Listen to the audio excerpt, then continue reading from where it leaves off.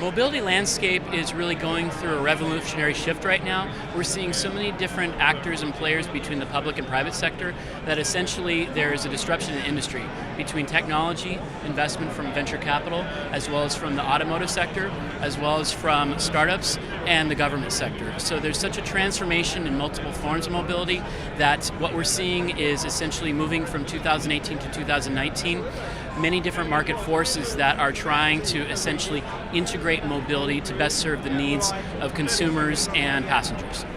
So the main challenges in relating to essentially the deployment of delivering shared mobility for consumers as well as governments is bringing all actors together. So basically stitching together the players to come up with a set of common goals and shared outcomes that deliver the best form of shared mobility.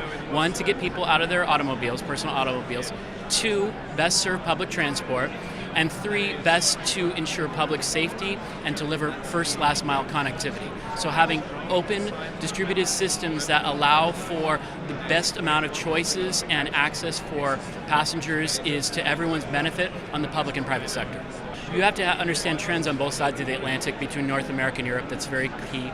But also working within the localized European market, you have to work with local partners that have essentially relationships with government entities and understand the mobility challenges of each individual region and municipality, understanding population, demographics, land use, history, essentially the built environment, so that you can best help stitch together the new investments in micromobility, whether it be scooters, bike share, as well as car share, and have those basically blend into the urban landscape to serve all forms of public mobility.